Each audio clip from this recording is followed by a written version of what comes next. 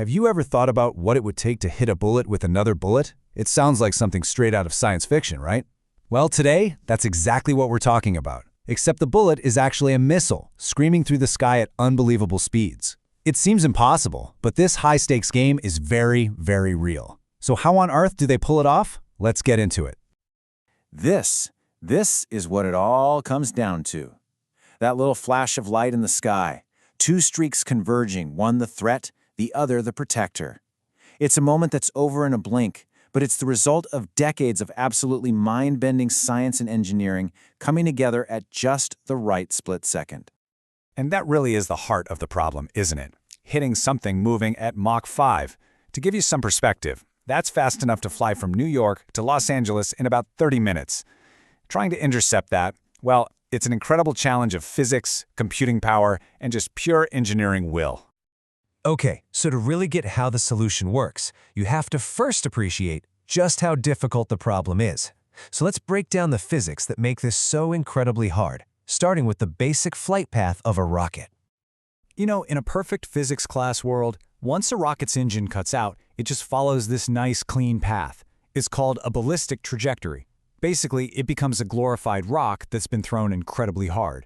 It goes up, and gravity pulls it back down in a perfect, predictable arc. If that was the whole story, hitting it would just be a simple math problem. But, of course, we don't live in a perfect world. Out here, that clean arc gets messy, and it gets messy fast. Yeah, you've got gravity, but then you've got drag from the atmosphere, which is constantly changing. And then you have other little forces, maybe a slightly uneven engine burn or a crosswind that can cause the rocket to tumble or twist. All of a sudden, that predictable target isn't so predictable anymore. And just to make things even more fun, the targets themselves are getting a massive upgrade. We're now in the era of hypersonic weapons. Now these things are a whole different beast. They take the raw speed of a ballistic missile and combine it with the agility of a cruise missile. So they're not flying in a predictable arc at all, they can actually maneuver in flight. This makes them a total nightmare to track, let alone hit. So, you've got this super fast, wobbly, maybe even maneuvering target. Where do you even start? Well, that brings us to the first crucial step. You have to find it. You can't hit what you can't see. And when you need to see something moving that fast, your best bet, by far, is radar. At its core, the way radar works is actually pretty straightforward. First, the system blasts out a powerful pulse of energy. Then, it instantly switches to listening mode. If that pulse hits something out there, say an incoming missile, it bounces back. The radar's antenna catches that faint echo, and by timing how long it took for the signal to go out and come back, it can calculate exactly where that object is. Simple, but brilliant. And wow, this really shows you how far we've come. On the left, you've got a classic radar screen from back in the day. Basically, one person watching for one little blip. But on the right, that's a modern combat information center. It's not just one radar. It's a flood of data from tons of different sensors, all woven together to create one clear, detailed picture of everything that's happening. It's a huge leap from just seeing a dot to actually understanding the threat. Okay, so we found the target. Our sensors have a lock. That brings us to the next step, fight. This is where the whole hitting a bullet with a bullet thing actually happens. You need an interceptor, a missile specifically engineered to hunt down and destroy other missiles in midair. To really dig into how this works, let's take a look at a classic example of a ground-based system, the Patriot. It's been a key part of air defense for decades, and it's constantly being upgraded to handle new threats.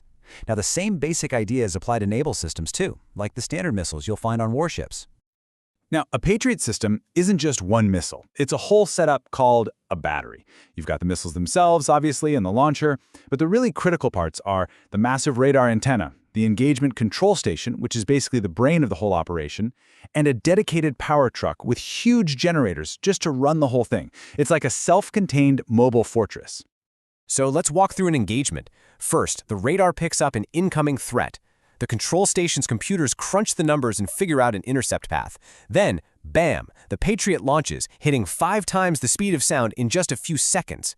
Now here's the magic. The ground radar isn't just watching the target, it's watching its own missile too, and it's sending constant updates, tiny course corrections, telling the Patriot exactly where to go. It doesn't even have to score a direct hit. It just needs to get close enough for its warhead to explode, filling the air with shrapnel that shreds the target. And you see that same philosophy in other systems too. Take Israel's Iron Dome, for example, which is built to stop shorter-range rockets. The whole idea is to get that interceptor super close and then detonate it. The blast wave and the shrapnel are what do the job, destroying the incoming warhead so it goes off harmlessly in the air instead of on the ground. So defending one single spot is already incredibly complex. But what if you have to defend an entire naval battle group, spread out over hundreds of miles of open ocean? Well, that takes things to a whole new level of coordination. And that brings us to our final step: unite. The big idea here is something engineers call a system of systems. It's basically the concept of taking a bunch of individual, powerful systems and networking them together so tightly that they act like one single, massive, coordinated weapon. It's all about making the whole team smarter and faster than any single player could ever be. And you really can't find a better example of this than a carrier battle group. In a setup like this, the powerful radar on one destroyer can spot a threat, and a cruiser that's miles and miles away can be the one to launch the interceptor to take it down. Every ship is a sensor, and every ship is a shooter, all sharing the same picture of the battlefield in real time. This quote from the Naval Seas Systems Command just nails the scale of it all. It's a relationship that goes from the tiniest computer chip buried deep inside some console all the way up to the immense complexity of the entire battle group. Every single piece has to talk to every other piece flawlessly. And that's the key takeaway here. It's a huge strategic shift away from thinking about individual ships or planes. The goal is this fully integrated, net-centric architecture. You can almost think of it like a central nervous system for the entire force, where information flows instantly, allowing everyone to react as one. So, where does that leave us? Well, this constant cat-and-mouse game between offense and defense never, ever stops. As the threats get faster and smarter, our defenses have to get even faster and smarter. So let's take a quick look at what's coming next. For the past half-century or so, defense has all been about kinetic energy, hitting a physical thing with another physical thing. But the next big thing is directed energy. Instead of launching a missile, you're firing a concentrated beam of energy, like a super-powerful laser, to literally burn a hole in the target or fry its electronics. And high-energy lasers have some unbelievable advantages. I mean, the cost per shot is practically nothing compared to a multi-million-dollar missile. Your magazine is basically bottomless as long as you've got electricity, and your weapon travels at the speed of light. But, and this is a big but, the challenges are steep. Bad weather like rain or fog can weaken the beam, and these systems need a massive amount of power and some serious cooling systems to work. And in the end, figuring all this stuff out comes down to people. It's the engineers and scientists working behind the scenes, pushing the absolute limits of what we think is possible. Every new sensor, every line of code, every new design. It's all built on a foundation of intense human ingenuity. Which leaves us with one final thought. As the threats keep getting faster and more complex, where does the future of defense lie? Is the answer just to build even faster missiles to chase them down? Or is it to perfect these invisible beams of light that can hit a target at a speed that nothing can outrun? That's the question that engineers are trying to answer right now.